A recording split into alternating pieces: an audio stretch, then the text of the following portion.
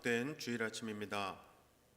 우리 모두가 영원히 따라가야 할 생명의 길 되시는 우리 주 예수 그리스도의 이름을 오늘 함께 찬양하고 예배하기 원합니다. 시간 다 같이 우리의 죄와 허물을 침묵으로 고백하며 주님께 기도하겠습니다.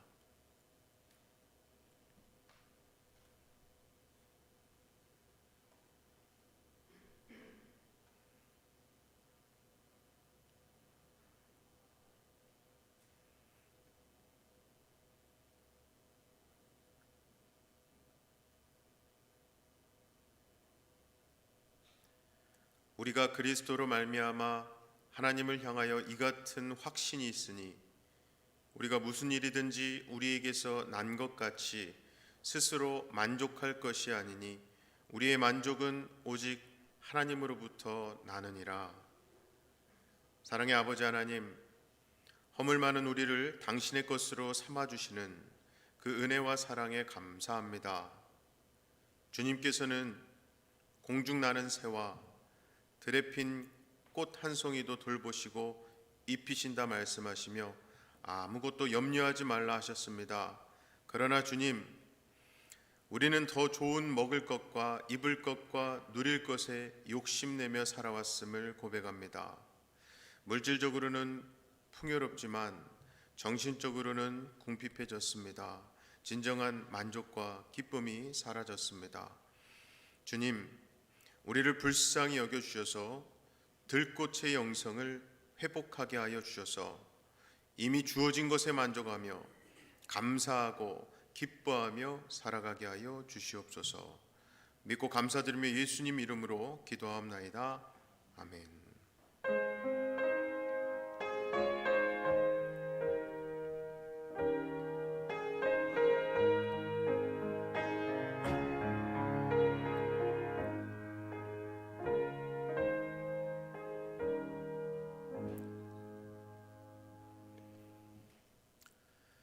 여러분은 어떤 하나님을 경배하여 섬깁니까? 나는 전능하신 아버지 하나님, 천지의 창조주를 믿습니다. 여러분은 구원과 모범을 위해 무엇을 믿습니까? 나는 그의 유일하신 아들, 우리 주 예수 그리스도를 믿습니다. 그는 성령으로 잉태되어 동정녀 마리아에게서 나시고 본디오 빌라도에게 고난을 받아 십자가에 못 박혀 죽으시고 장사된 지 사흘 만에 죽은 자 가운데서 다시 살아나셨으며 하늘에 오르시어 전능하신 아버지 하나님 우편에 앉아 계시다가 거기로부터 살아있는 자와 죽은 자를 심판하러 오십니다. 여러분은 삶과 소망을 위해 무엇을 믿습니까? 나는 성령을 믿으며 거룩한 공교회와 성도의 교제와 죄를 용서받는 것과 몸의 부활과 영생을 믿습니다. 아멘.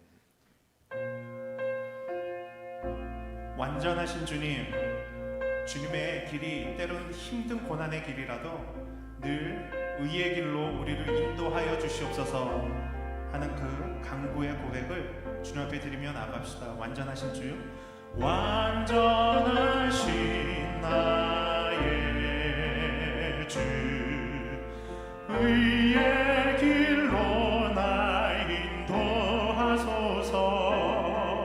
행하신 모든 일 주님의 영광 다 경배합니다.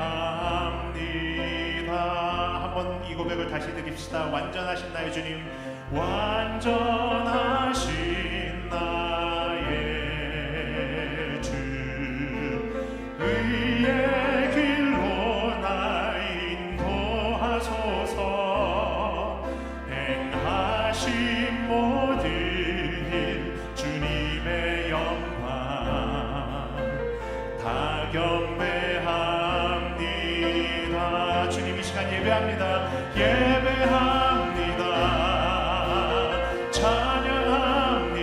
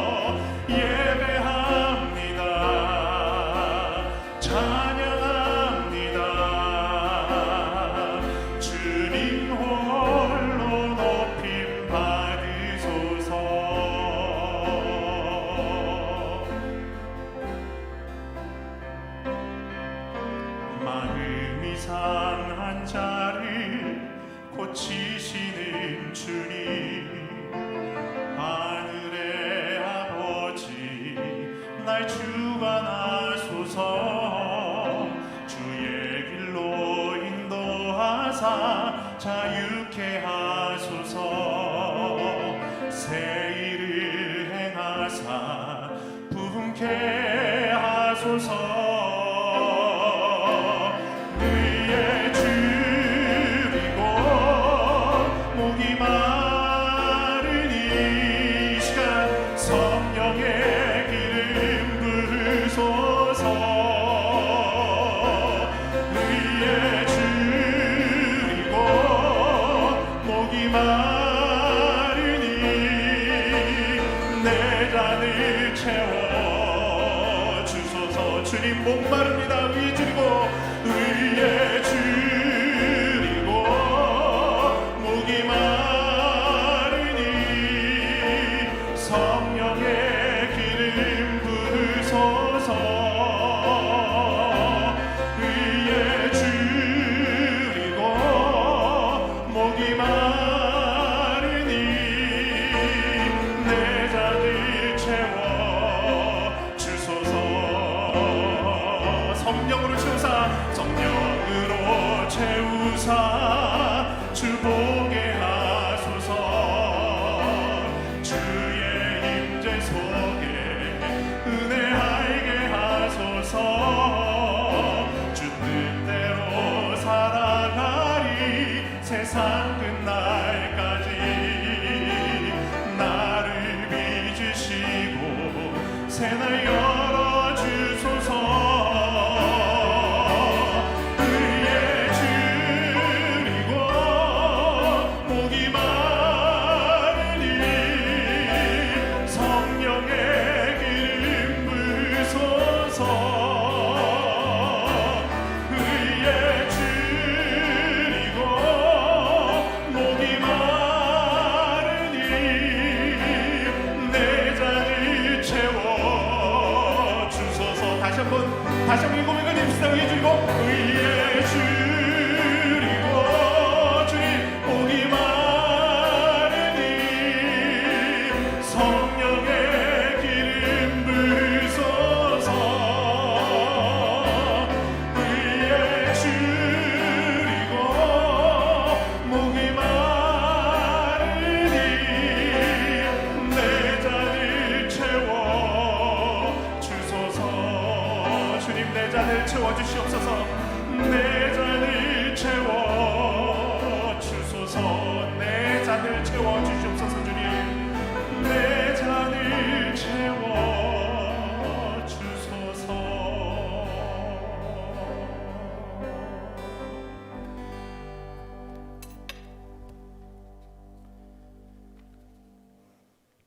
하나님 아버지, 이 거룩한 성일 때에 따라 필요에 따라 어김없이 은혜의 단비를 내려주시는 에베네셀 하나님의 사랑을 사모하며 아바 아버지께 예배 드리게 하시니 감사드립니다.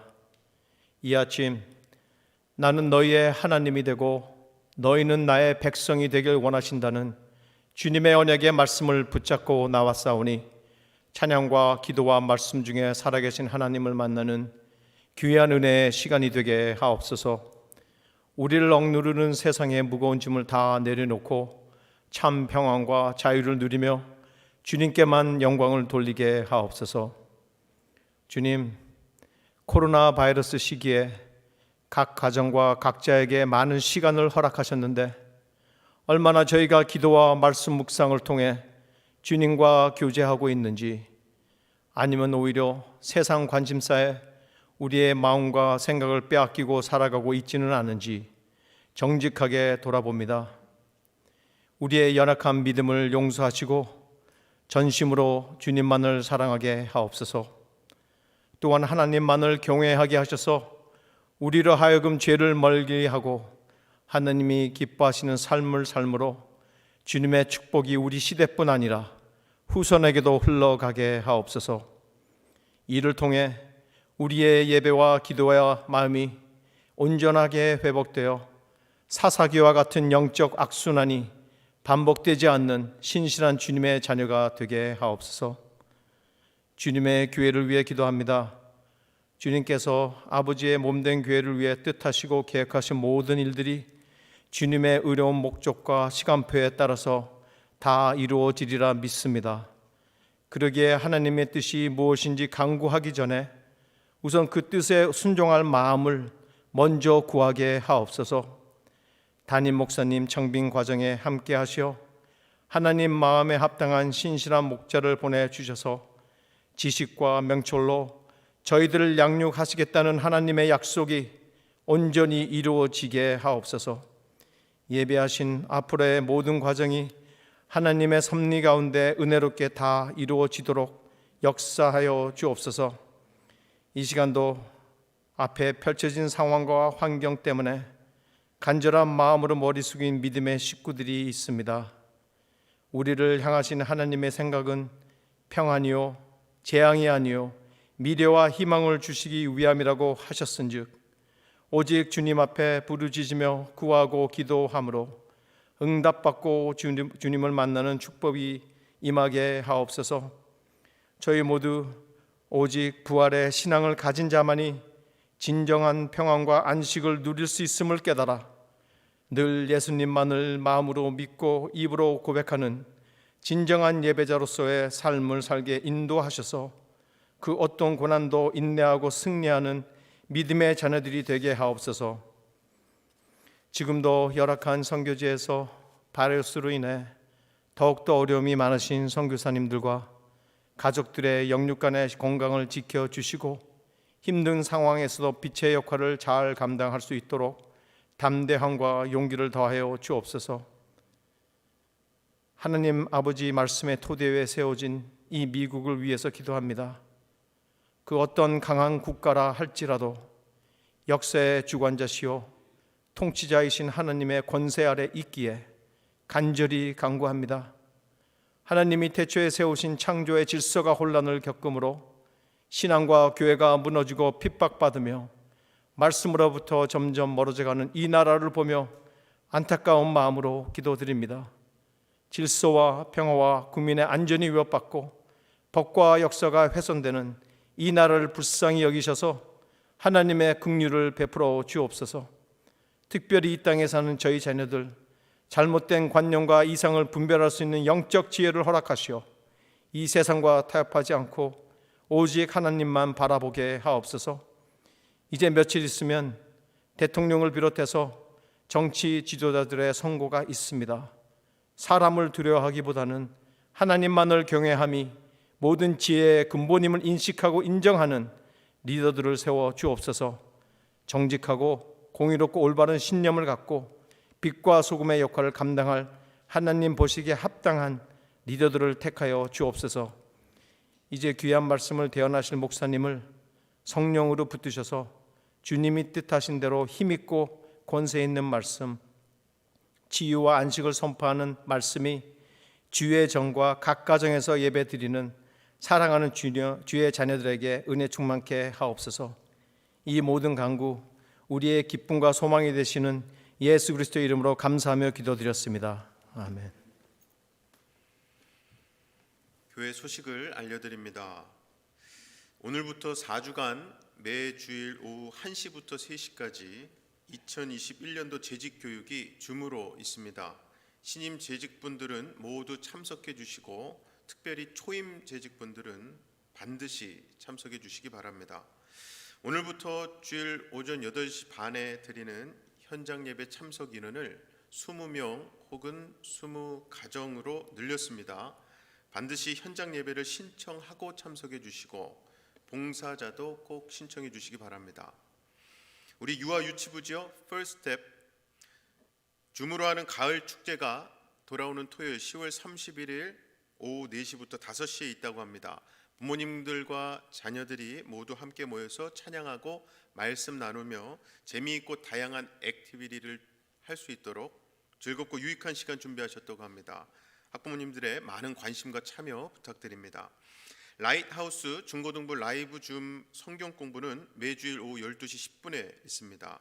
엘리베이트 초등부 라이브 줌 예배는 주일 오전 11시에 있고요. 5학년 제자훈련 클래스는 11월 8일 주일 오후 1시부터 2시 사이에 있다고 합니다. 줌 링크는 학부모님들께 이메일로 보내드릴 예정입니다. 이상 교회 소식은 교회 홈페이지에 게시되어 있습니다.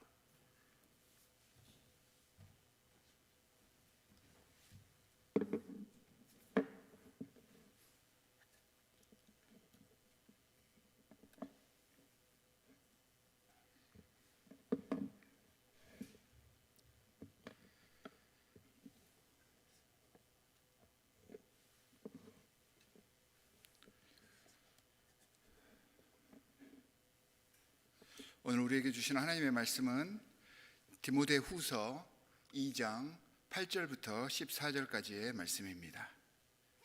제가 주님의 말씀 대독해서 읽도록 하겠습니다. 내가 전하는 복음대로 다윗의 자손으로 나시고 죽은 사람 가운데서 살아나신 예수 그리스도를 기억하십시오. 나는 이 복음 때문에 고난을 당하며 죄수처럼 매여 있으나 하나님의 말씀은 매여 있지 않습니다.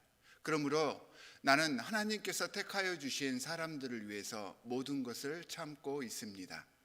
이것은 그들도 또한 그리스도 예수 안에 있는 구원을 영원한 영광과 함께 얻게 하려는 것입니다.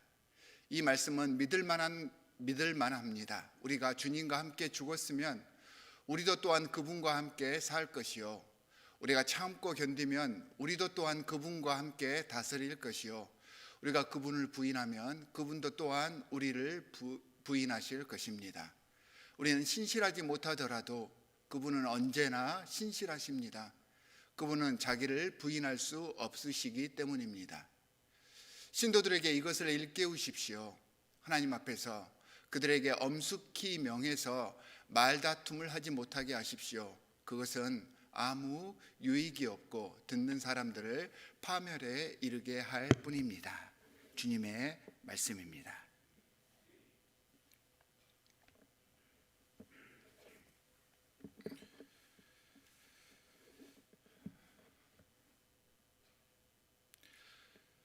계속해서 바울의 유언의 말씀이 이어지고 있습니다. 오늘 디모데에게 주는 오늘 이 말씀의 핵심은요, 하나님의 사역을 하는 일, 그 일 자체가 정말 힘들고 고난의 일입니다 라고 하는 것을 디모데와 남겨진 모든 성도들에게 말씀을 하고 있습니다. 기쁘게 하나님의 사역에 동참할 마음을 가져라 라고 바울이 이야기를 먼저 했었는데, 그렇게 이야기를 했으면서도 그 하나님의 사역 자체가 또한 고난의 길임을 오늘 말씀을 통하여서 우리에게 알려주고 있는 것입니다. 정말 주님과 영통하는 삶을 살고 있는 참 신앙인들, 그래서 주님의 모든 말씀에 100% 다 맞게끔 그렇게 눈맞추기 하면서 살아가는 사람들에게는 모든 하나님의 사역, 하나님의 일을 하는 것이 즐겁고 행복할 수밖에 없겠지요. 하지만 우리가 죄인된 사람들이기 때문에 그렇지 못하다는 것을 바울 스스로가 너무나도 잘 알고 있었던 것입니다. 현실에 우리를 위해서 하나님의 사역을 하면서 고난받고 어려워하고 힘들어하는 모든 하나님의 종들, 하나님의 사역자들, 하나님의 성도들에게 이 하나님의 사역이 고난의 길임을 말해줌으로써 디모데와 남겨진 성도들, 그리고 이 말씀을 읽고 있는 우리들에게 위로의 말을 전하고 있는 것입니다. 우리들의 신앙생활에 대해서 제가 한번 뻔한 질문을 해보겠습니다. 여러분들은 우리 교회에서 신앙생활 하시기에 어떻습니까? 아마 두 가지 대답들을 하실 거예요. 첫 번째는 할만합니다, 괜찮습니다, 이렇게 대답을 하실 것이고, 또 다른 분들은 아마 대다수 분들은 어렵습니다, 아이고 정말 신앙생활이 너무 힘들고 고통의 연속입니다 라고 대답들을 하실 것입니다. 뭐 할만합니다, 괜찮습니다 이 대답을 하시는 분들 중에도 많은 분들이 진짜 괜찮아서가 아니라 힘든 것을 표현하게 되면 그때부터 또 왜 힘드냐, 왜 이래야 되는지 이런저런 설명을 해야 하고, 우리 한국 사람들 체면 문화 이런 것들 속에서 자기의 힘든 것, 자기의 치부를 드러내는 것을 수치라고 여기잖아요. 그래서 그냥 괜찮습니다 라고 대답하시는 분들도 있을 것입니다. 결국 이 대답을 전체적으로 보면은 신앙생활, 하나님의 사역 자체가 대다수가 힘들고 어렵다 이렇게 느낀다는 것입니다. 사실 신앙생활뿐만이 아니라 인생 자체가 고난의 연속이기 때문에, 인생 그 자체만으로도 고난이기 때문에 내가 그 인생을 살아가면서 누군가를 위해서 희생한다고 하는 이 하나님의 사역, 신앙생활은 고난의 연속이 아닐 수가 없습니다. 고난, 이 개념을 우리 믿는 사람들은 어떻게 받아들여야 할까요? 이 고난은 존재론적 문제입니다. 그렇다면 이 존재론적인 문제를 어떻게 풀어가야 하겠습니까? 오늘 본문 말씀 앞에 나오는 3절에 보면 고난을 맞아 바울은 그리스도 예수의 군사답게 고난을 함께 달게 받으십시오 라고 이야기를 하고 있습니다.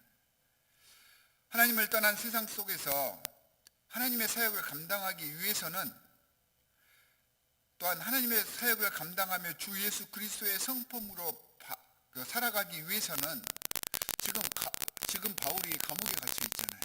고난을 당하고 있잖아요. 이 바울처럼 하나님을 따르는 사람들은 고난을 당할 수밖에 없습니다. 바르게 살아가는 것, 하나님의 자녀로 이 세상에서 굽히지 않고 살아가기 위해서는요, 고난이, 어려운 것들을 겪는 것이, 힘들다고 생각하는 것이 필수적인 단계임을 바울은 이야기를 해주고 있습니다. 그런데 하나님의 자녀로 살아가기 위해서는 이게 필수적으로 선택의 여지가 없이 겪어야 한다면, 이 3절 말씀에서 바울은 겪어야 하는 일이라면 그 고난을 즐겁게 겪어내자라고 이야기를 하고 있는 것입니다. 요즘 코로나로 인해서 활동량도 많이 줄었고 운동도 주기적으로 하기가 힘듭니다. 특히 이제 짐 같은 데 끊어서 계속해서 주기적으로 가시는 분들이, 이게 체육관 가기가 겁이 납니다. 거기서 또한 그 코로나 바이러스에 감염될 수도 있기 때문에. 그래도 어려운 상황이어도 시간을 내고 결단을 해서 운동을 해야 합니다. 운동을 하지 않다가 정기적으로 운동을 하게 되면요, 아마 운동을 해보신 분들도 잘 아시겠지만 한 2주에서 한 달간 온몸이 아픕니다. 그러니까 몸이 거부 반응을 일으키는 것입니다. 이 모든 근육과 신경과 관절이 쑤시고 아픕니다. 고통스럽고 그래서 다 포기하고 싶지만 그 순간을 이겨내야 되죠. 그 고통을 느끼고 아픔을 경험하면서 사실은 이 근육과 관절과 신경들이 건강해지는 것입니다.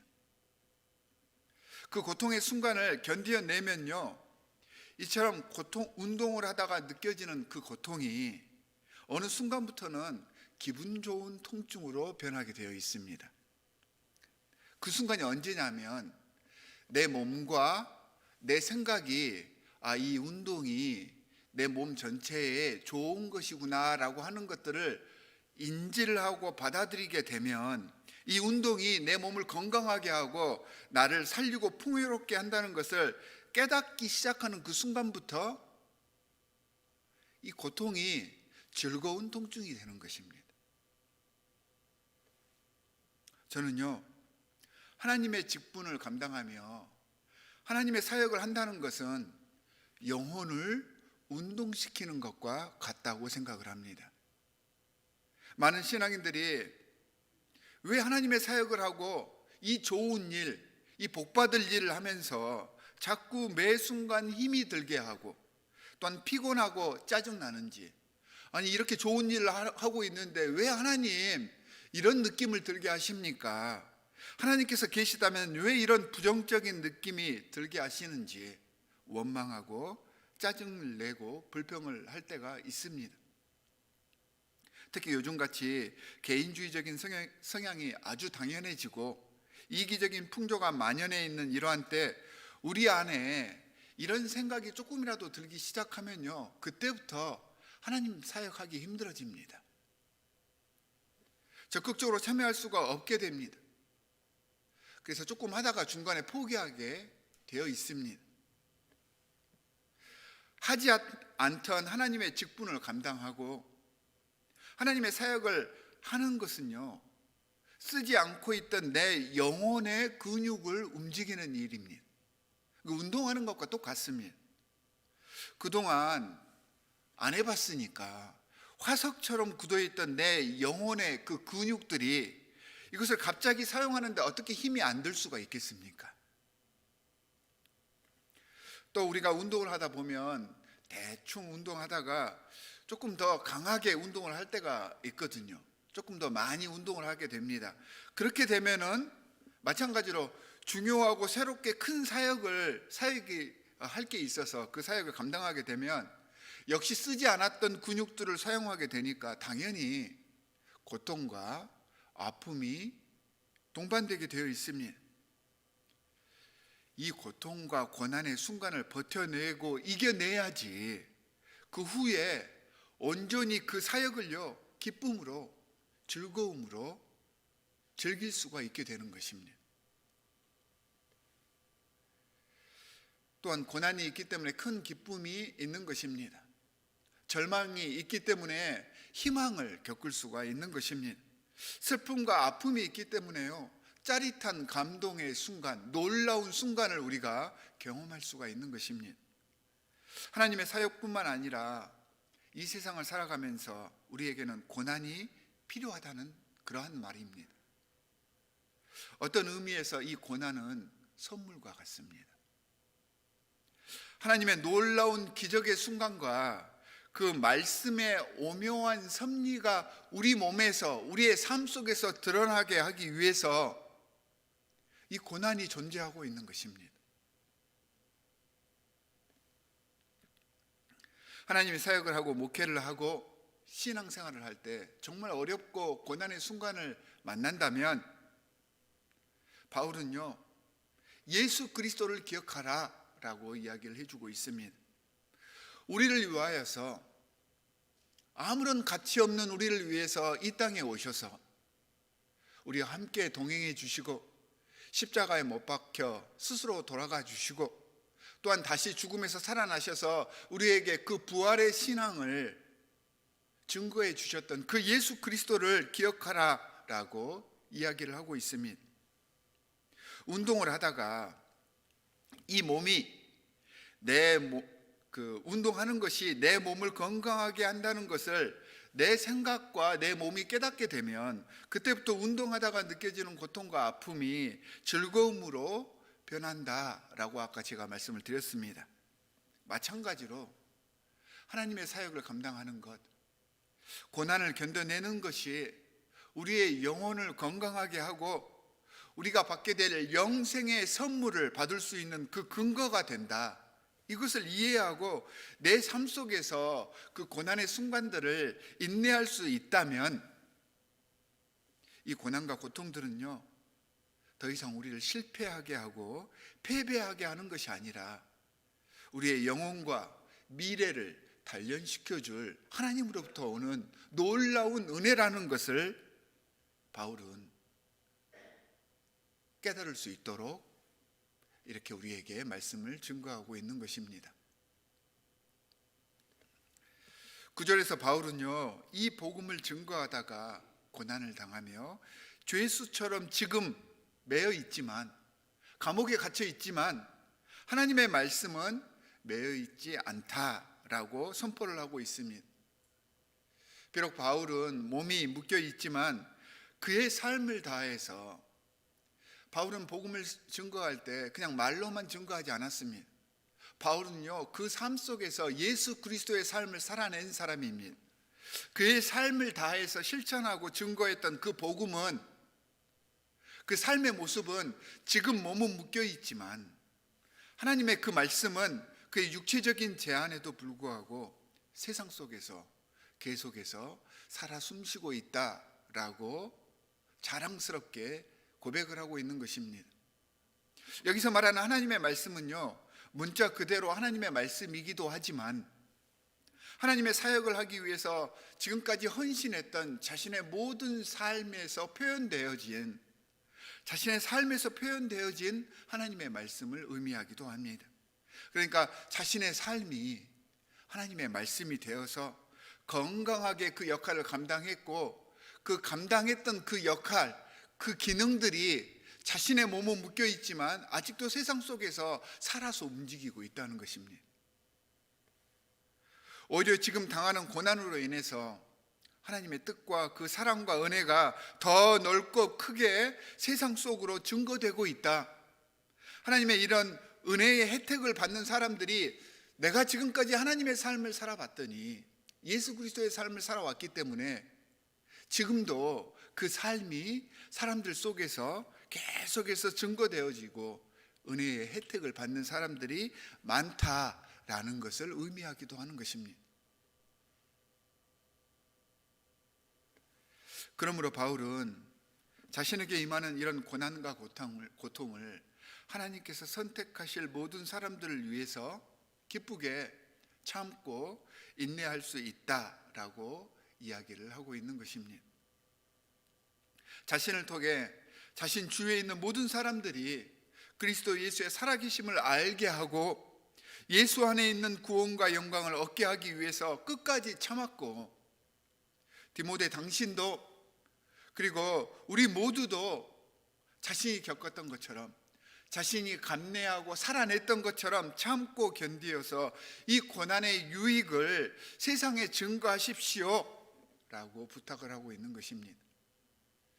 비록 내가 고난을 당하고 있는 그 순간에라도, 내가 고통 중에 있는 순간에라도 내가 하나님 앞에서 부끄럽지 않은 삶을 살았다면 그 삶이 계속해서 세상 속에 증거가 될 것이니까 포기하지 말고 최선을 다하여서 주님의 직분을 감당하십시오라고 이야기를 하는 것입니다.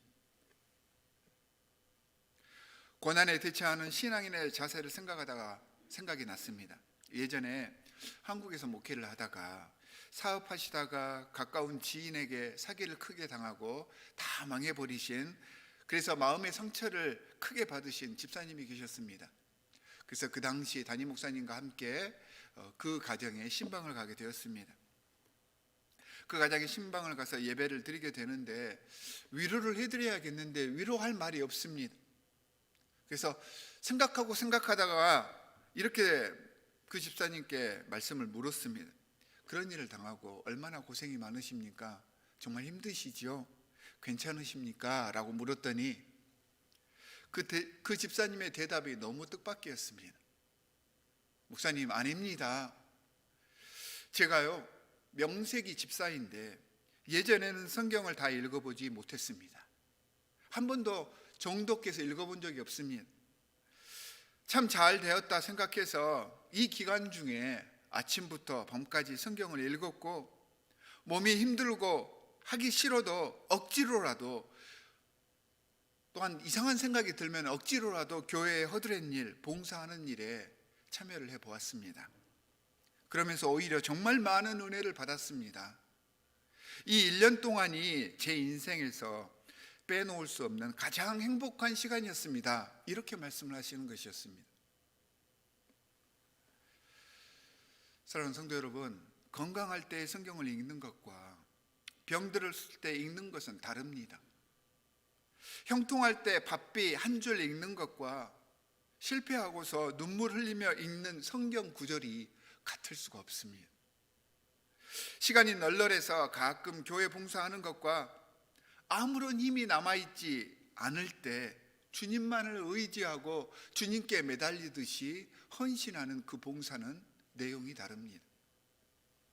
가정에서 평안히 말씀을 읽는 것과 감옥에서 무릎을 꿇고 읽는 성경이 어떻게 같겠습니까? 너무 여유로워서, 그리고 주위에서 자꾸 부탁을 해서 한번 봉사를 해주는 그런 사역하는 것과 도무지 짬을 낼 수 없고 고통과 힘든 날에 영속임에도 그 어려운 가운데, 그 시간이 없는 가운데 가장 최우선적으로 하나님의 사역을 해내는 것과는 엄청난 차이가 있을 수밖에 없습니다. 고난 중에 이 힘든 상황들을 극복하고 인내하며 나아가려고 애쓰는 주님의 사람들을 하나님께서는 절대 그냥 두지 않으십니다. 반드시 그들에게 복을 내려주시고요, 그분 옆에서 동행해 주시고 함께 해 주십니다. 이처럼 고난을 실패의 원인이나 이 아픔을 실패의 이유로 치부하는 것이 아니라 긍정적이고 적극적인 마음으로 인내하고 참아냈을 때 그리스도의 구원과 영광이 함께 한다는 말씀이 믿을만한 것이니 믿으라 라고 11절 말씀에서 이야기를 하고 있는 것입니다. 그러니까 고난에 참여하는 것을 즐거워해라. 이거 믿을만한 것이다. 즐겁게 고난을 이겨내라. 이게 우리가 형통할 수 있는 길이다. 하나님의 사역을 감당하는 것은 당연히, 하나님의 일을 하기 위해서 희생하는 것은 당연히 힘들고 어려운 일입니다. 하지만 이렇게 힘들고 어려운 일을 참고 이겨냈을 때 나뿐만 아니라 내가 속한 공동체가 주님께서 기뻐하시는 아름다운 그리스도의 몸으로 변화되고 계속해서 성장해 갈 수 있는 것입니다. 신앙인으로서 이 고난에 대하여 영적인 지식을 갖추고 이 고난에 대해서 제대로 이해할 수 있어야 합니다.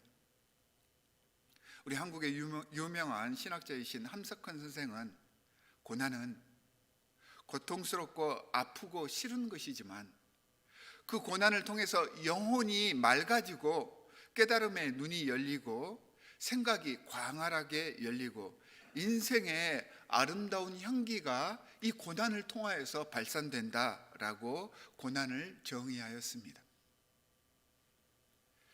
시편 저자도 119편 71편 말씀에서 고난을 당하는 것이 내게는 오히려 유익하게 되었습니다. 그 고난 때문에 나는 주의 율례, 주의 법도를 배웠습니다 라고 고백을 하고 있습니다. 이 고난이 영성 생활에 유익이 되고요, 하나님의 말씀을 내 안에 모시게 하는 성숙의 기회가 된다는 말입니다. 고통 그 자체가 하나님의 뜻은 아니지만 고난, suffering, 그 가운데에는 하나님의 뜻이 숨겨져 있다는 것이 우리 기독교적인 고난을 이해하는 방식입니다. 우리가 잘 아는 필립 얀시 목사님은 고난을 하나님의 선물, 그러나 아무도 원하지 않는 선물, 이렇게 표현을 하고 있습니다. 너무 적절한 표현이 아닌가 생각을 합니다. 하나님께서 우리를 연단하시고 즐거워하라고, 이 고난을 즐거워하라고 그렇게 말씀을 하셨지만 결코 인간으로서 우리는 이것을 원하지도 않고요, 기뻐하지도 않습니다. 고난에 대해서 긍정적으로 생각하는 사람들도 고난이 닥쳤을 때 하나님 잘 견디게 해 주십시오, 고난이 온 후에 즐겁게 견디게 해 주십시오, 이렇게 기도는 할지언정 하나님 제게 고난을 한번 주십시오, 저를 한번 시험해 주십시오, 이렇게 기도하는 사람은 없습니다. 그렇다면 이 필립 얀시가 말한 고난 속에 숨겨진 하나님의 선물은 무엇일까요? 하나님께서는 왜 아무도 원하지 않는 이런 고난을 허락하시는 걸까요? 고난이 우리 입에는 너무 쓰지만 그것이 우리를 성장하게 하고요, 성숙하게 하기 때문에 이 세상의 창조주이시고 운행자이신 하나님께서 우리에게 이것을 허락하셨다는 것입니다. 고난의 문제는 우리 인간의 영적 문제에만 관여하는 것이 아니고요, 하나님께서 모든 만물들, 살아있는 모든 것들의 성장과 성숙의 근본 개념으로 이 고난을 부여하셨습니다. 이게 무슨 뜻이냐면, 여러분들 영덕대게 좋아하시죠? 얼마나 맛있어요. 이 영덕대게, 이 영덕 대계가 그 아래에서 깨어나서 성계, 그러니까 완전히 성체가 되기 위해서는요 15번 탈피를 해야 합니다. 그런데 한 번 탈피를 하는 동안, 한 번 탈피를 할 때 그 개체의 80%가 죽습니다. 왜 그러냐면 너무 고통스럽기 때문에. 그러니까 묶여있던 그 갑각류, 그 껍질이 깨지고 나가는 것이잖아요. 이게 너무 고통스럽기 때문에요, 한 번 탈피할 때마다 그 개체의 80%가 죽습니다. 그런데 그렇게 이 탈피를 15번을 해야지 영덕대계 성체가 되는 것입니다. 그러니까 얼마나 많은 개체들이 그 과정 속에서 죽겠습니까? 고난이 없는 성장과 발전이 이 세상에는 존재하지 않고요, 고난 없이는 생존 또한 허락되지 않는 것이 하나님의 창조 원리 속에 포함되어 있다는 말입니다. 사실 고난은 하나님께서 우리에게 주시는 것이 아니고요, 우리가 겪는 모든 고난은 죄로 인해서 파생된 것입니다. 창세기 3장에 보면 불순종으로 인해서 죄가 잉태되었고, 죄로 인해서 남자는 노동하는 고통을, 여자는 그 죄로 인해서 해산의 아픔을 감당하게 되었고, 모든 생물들은 죄로 인해서 서로 경쟁하며 스스로를 지키는 그런 고통을 져야만 했습니다. 이 고난의 문제를 해결하지 못하면 도태되고 또한 성숙해질 수 없다는 의미입니다. 자, 고난이 이런 의미라면 우리가 이제는 고난을 대면했을 때 무섭고 회피하고 싫어하고 증오하는 그런 개념이 아니라, 이걸 긍정적인 마음가짐으로 이것을 어떻게 내 안에서 소화해낼 수 있을까, 이것을 어떻게 극복해야 할 것인가에 염두를 두고 거기에 포커스를 맞출 수 있는 지혜가 필요한 것입니다. 많은 사람들이 기독교를 부활과 영광의 종교라고 이야기들을 하는데요, 사실 기독교 영성의 본체는 영광이 아닙니다. 십자가입니다. 십자가, 고난의 길입니다. 이 십자가가 없이는 그 어떤 것도 이루어지지 않는다는 것입니다. 예수 그리스도의 겸손과 자기 자신의 온몸이 찢겨지는 희생, 십자가에서의 그 죽음이 있었기 때문에, 그 고난이 있었기 때문에 부활과 영광의 보좌가 주어지는 것입니다.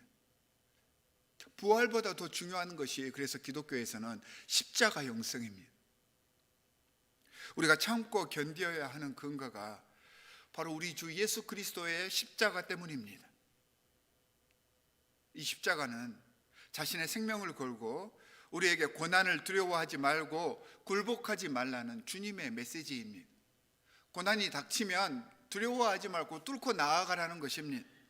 인내하고 정진하여 나아가는 신앙인들을 주님께서는 절대로 부인하지 않으신다는 바울의 고백의 말씀입니다.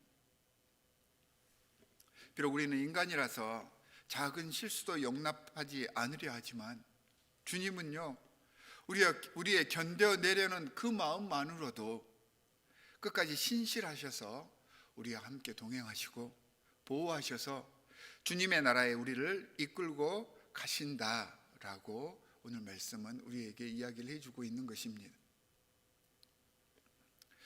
카프만 부인의 광야의 샘이란 글에서 누에고치를 관찰하는 이야기가 나옵니다. 그래서 이제 이 고난에 대해서 우리에게 이야기를 해줍니다. 이 부인이 누에고치 속에서 나비로 탈바꿈하는 애벌레들을 계속해서 관찰하고 있었는데, 애벌레들이 그 고치의 아주 작은 구멍을 통해서 천신만고 끝에 겨우 힘들게 빠져나와서 나비로 훨훨 날아가는 것을 보았습니다. 관찰해 보니까 이 애벌레들이 너무 힘들게 빠져나옵니다. 아주 기진맥진해서 이 고치에서 빠져나오는 것을 보고 마음이 너무나도 아프고 안타까워서 그 구멍을 가위로 조금 더 넓게 잘라주었습니다. 잘 빠져나올 수 있도록. 그러면서 내가 참 하나님의 사랑을 이 애벌레들에게도 증거하였구나, 내가 자비를 베풀었구나, 이렇게 생각하고 자족하고 만족하고 있었는데, 그렇게 안간힘을 쓰지 않고 나온 애벌레들에게 문제가 발생했습니다. 애들이 그 꼬치에서 나와서 공중으로 솟아오르다가 몇 번 시도하다가 결국 날지를 못하고 땅바닥에서 계속 맷만 돌고 있습니다.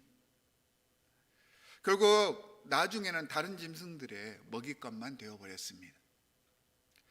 이 작은 구멍에서 고통하며 힘쓰면서 빠져나와야지 그 몸에 축적되어 있던 영양분들이요, 그 고통 중에 모든 날개 끝까지, 손끝까지 전달이 되어서 날개가 점점 펴지게 되고요, 심하게 마찰을 일으키면서 날아오를 만큼의 강건한 체력이 만들어지는 것이었습니다. 하나님께서는 우리의 고난과 고통에 침묵하시는 것이 아닙니다. 이 고난과 고통들을 스스로가 이겨내게 하기 위해서 우리를 기다려주고 계시는 것입니다. 이게 성경에서 말하는 고난의 영성입니다. 기독교 고난의 영성을 이해하셨다면 우리가 하나님의 사역을 하며 직분을 감당할 때 만나는 여러 가지 많은 문제들, 이 많은 문제들로부터 오는 고난과 아픔의 문제들에 대해서 새로운 이해와 결단을 하셔야 합니다. 오늘 말씀에서 바울은 자신의 유언으로 이런 고난과 고통의 상황 속에서 끝까지 참고 견뎌라 라고 이야기를 하고 있습니다. 모든 하나님의 성도들이 이것을 깨우쳐야 한다고 이야기를 하고 있습니다. 하나님의 공동체 안에서 가장 먼저 사역하기에 앞서서 해야 할 직분자의 지혜가요, 스스로 절제하며 스스로를 돌아보아서 오해가 생기지 않게 하고 다툼의 근원지가 되지 않도록 해야 하는 것입니다. 하고 싶은 말이 있어도 가급적 참으시기 바랍니다. 왜요? 하나님의 성도들이기 때문에. 표현할 수밖에 없어도 표현할 때에는 정말 상대의 입장을 배려하고 온화하게, 화평하게 하기 위한 목적으로 그렇게 표현을 해보시기 바랍니다. 자신의 고통과 고난을 참아내지 못하는 것은요, 당사자에게도 유익이 없고 그 속에 속한 모든 사람들을, 자기뿐만 아니라 자기하고 같이 함께 있는 모든 사람들을 파멸로 이르게 한다고 했습니다. 하나님의 사역을 하면서 자신이 겪는 고통과 고난은 어떤 것들이 있을까요? 한번 생각해 보십시오. 물론 실제적으로 외부로부터 오는 것들을 우리는 고난, 고통이라고 인식을 합니다. 외부에서 와서 날 아프게 한다든가, 외부와의 관계 속에서 나타나는 일들, 혹은 다른 사람이 시비를 건다든가 나를 힘들게 하는 것들, 오해하게 하고 육체적으로 노동을 해서 발생하게 되는 모든 것들, 이런 것들이 외부적인 요인이 될 수 있겠지요. 나를 고통에 이르게 하는. 하지만 이런 외부적인 것들만이 내 고난과 고통의 이유이지만은 않습니다. 하나님의 사역을 하다 보면 이 외부적인 그런 고통보다는요, 내 속에서 생겨나는 나를 아프게 하는 고난들이 있습니다.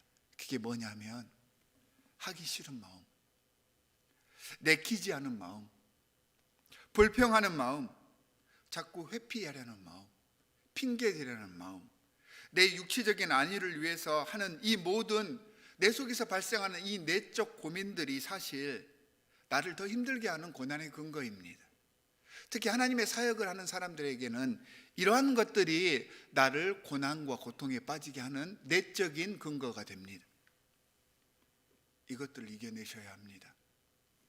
하나님의 사역에 동참하는 것은 이 고난을 이겨내는 일입니다. 이 고난에 내 스스로가 져버리잖아요.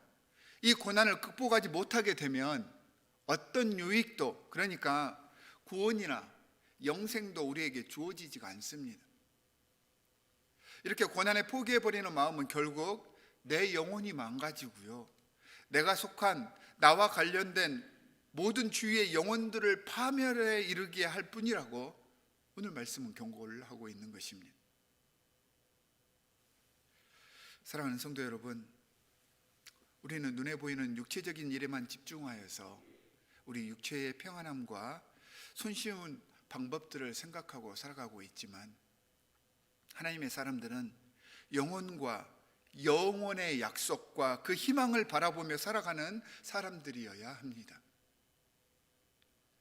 주님의 사역을 감당하고 주님께서 내게 부탁하시고 명령하신 귀한 직분들을 해 나갈 때 우리에게 임하는 모든 외적인 그리고 내적인 고난을 잘 인내하고 잘 참아내며 극복하여서 주님께 영광을 돌리기를 바울은 오늘 말씀을 통하여서 우리에게 부탁을 하고 있는 것입니다. 주님의 사역은 고난의 사역입니다. 절대 쉬운 일이 아닙니다. 힘든 일일 수밖에 없습니다. 하지만 이 고난을 극복하는 것, 이겨내고 감당하는 것이 복의 근원이며 구원과 형통함의 비결입니다. 내 속에서 만들어지는 게으름과 불평하고 핑계됨으로 만들어지는 그러한 고난의 모습들과 외부로부터 오는 많은 고통의 문제들을 내 스스로가 잘 견뎌내서 충성된 하나님 자녀의 모습을 갖춰가는 우리 교회 공동체 모든 성도님들이 되시고, 이 성도님들의 모임이 우리 교회가 되어서 주님께 올바로 아름다운 모습으로 성장해가는 하나님의 공동체의 모습으로 변화되고 성장하시기를 주 예수 그리스도의 이름으로 간절히 축복하고 축복합니다. 우리 함께 찬양하도록 하겠습니다.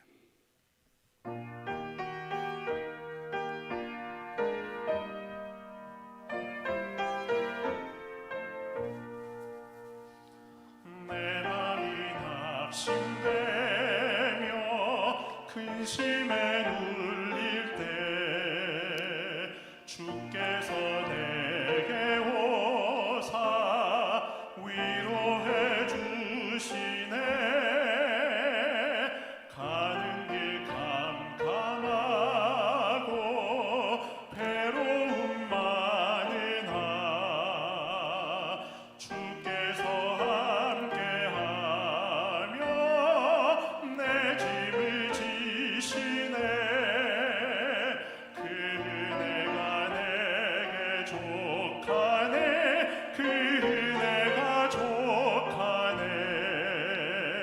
이 괴로운 세상 나 지날 때 그 은혜가 족하네. 희망이 사라지고 친구 날 버릴 때 주 내게 속삭이며 새 희망 주시네. 싸움이 맹렬하여 두려워 떨 때에 승리의 왕이 되신 주 음성 들리네. 그 은혜가 내게 족하네. 그 은혜가 족하네. 이 괴로운 세상 나 지날 때 그 은혜가 족하네. 범민이 가득 차고 눈물이 흐를 때 주 나의 곁에 오사 용기를 주시네.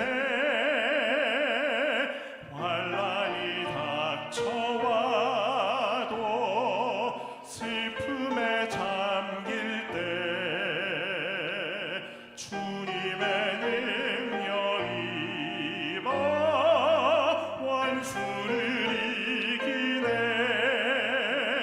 그 은혜가 내게 족하네. 그 은혜가 족하네. 이 괴로운 세상 나 지날 때 그 은혜가 족하네.